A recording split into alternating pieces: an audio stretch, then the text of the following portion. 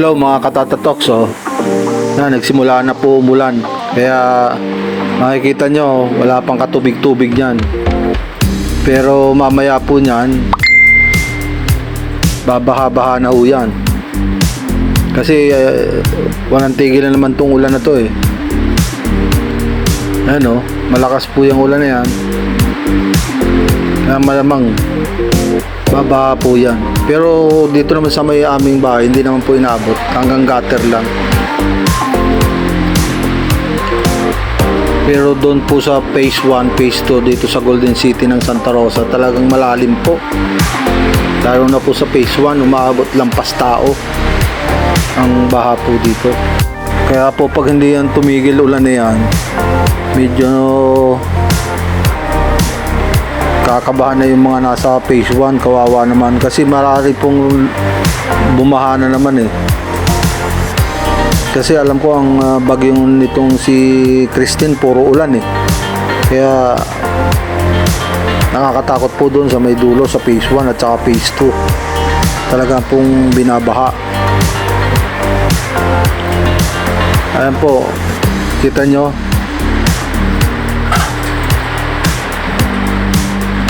wala pa po yung 2 oras bumaha na po dito sa may amin. Dito lang po yan sa amin, sa harap ng aming bahay. Pero hanggang gutter lang po yan. Sa awa naman ng Diyos, hindi po na lalim yan. Pero ang pag yan po bumaha, ibig sabihin do sa phase 1 at saka phase 2, malalim na po yun. Kaya yun po ang nakakatakot.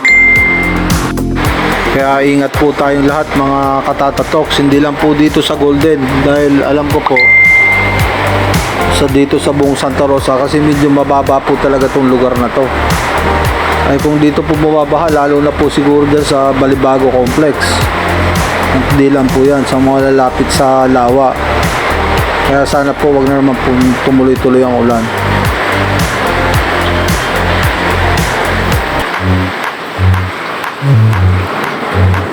Ito naman po mga katatatoks, dito po sa may sa may malapit sa clubhouse. Kita nyo po yung agos, ang lakas. Siyempre isa lang po ang papatungahon yan, papunta po nung yan, lawa ng sa Santa Rosa, doon sa dulo. Kaya ay mas malapit yung phase 1 po doon sa sa may lawa, yung ng tubig na yan. Yan po yung sinasabi ko kanina, maaari pong lumalim kapag hindi tumigil ang ulan.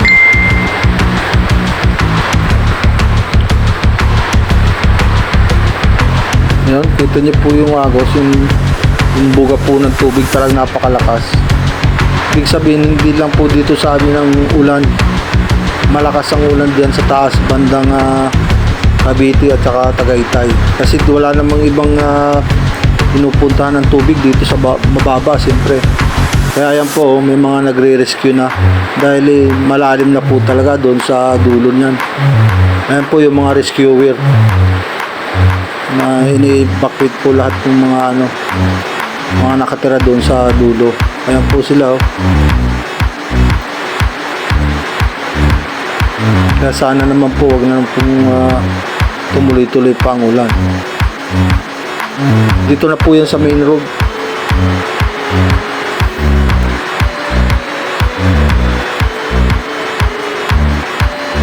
Na may bandang phase 3. Yan, lakas ng agos. Ito, tumigil na nga po itong sasakyan kasi hindi kaya po yung agos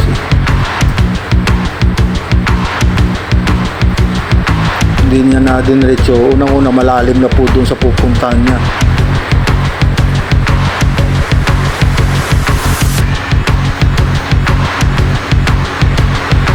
Dami na pong dumadaan na mga nagre-rescue. Lalo na po ngayong gabi na. Medyo mas nakakatakot pag lumalim pa ang baha. Kaya ingat po tayo mga katatatoks. Marami pong salamat sa inyong panonood and God bless po.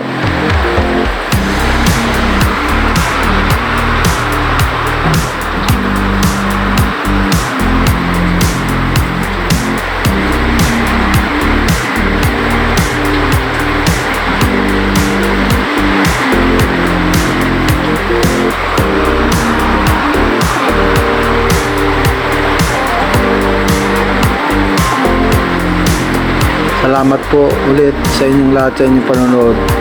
Ingat po tayong lahat, lalo na po ngayon may bagyo. God bless po. Yung nagbabalot po bumalik na. Hindi na nakaya. Hindi malalim. Nakita niyo yung agos niya. No? Balik na po kayo? Ha? Babalik na? Oo. Malalim, hindi na po kakayanin yan. Kaya, Oo. Si tatay bumalik na. Oh. Kawawa naman. Yung nagtitina ng balot, nakabike, hindi nakakaya